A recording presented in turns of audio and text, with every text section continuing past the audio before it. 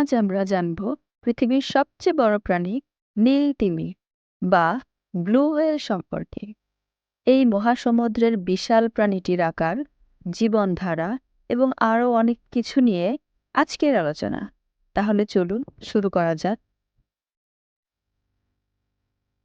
নীল তিমি হল এই গ্রহের সবচেয়ে বড় প্রাণী, যা ৯৮ ফুট বা প্রায় ৩০ মিটার পর্যন্ত লম্বা হতে পারে এবং এর ওজন প্রায় ২০০ টন পর্যন্ত হতে পারে। এই একটি প্রাণী এত বড় যে তার ভাষার সাথে অন্য কোনো প্রাণীর তুলনা করাই মুশকিল। এই তিমির আকার এতটাই বড় যে এর হৃৎপিণ্ড প্রায় একটি গাড়ির আকারের সমান এবং এর জিহ্বা একটি পূর্ণবয়স্ক হাতির ওজনের মতো।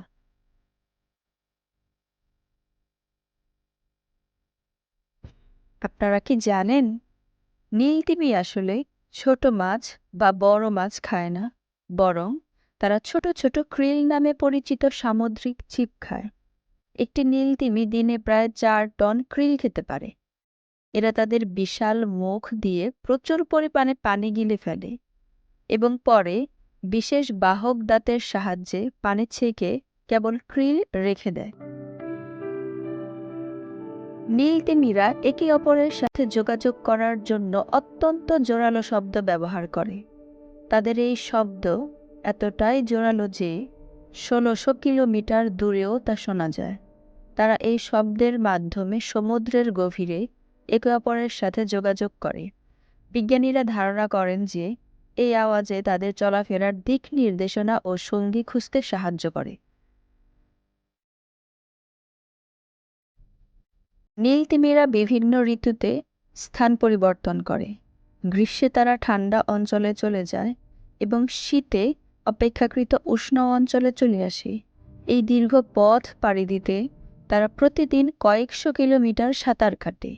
তাদের প্রধান আবাসস্থল হল উত্তর আটলান্টিক, উত্তর প্রশান্ত মহাসাগর এবং অ্যান্টার্কটিকার চারপাশ।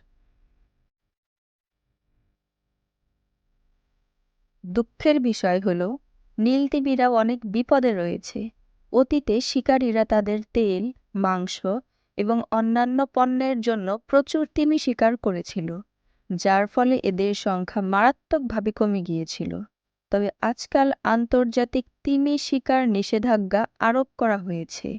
তবুও পরিবেশ দূষণ এবং সমুদ্রের তাপমাত্রা পরিবর্তনের কারণে নীল তিমিদের জীবন হুমকির মুখে রয়েছে। নীল তিমি আমাদের পৃথিবীর এক মহামূল্যবান সম্পদ। এদের রক্ষা করা আমাদের সকলের দায়িত্ব। এই ছিল নীল তিমি সম্পর্কে কিছু চমকপ্রদ তথ্য।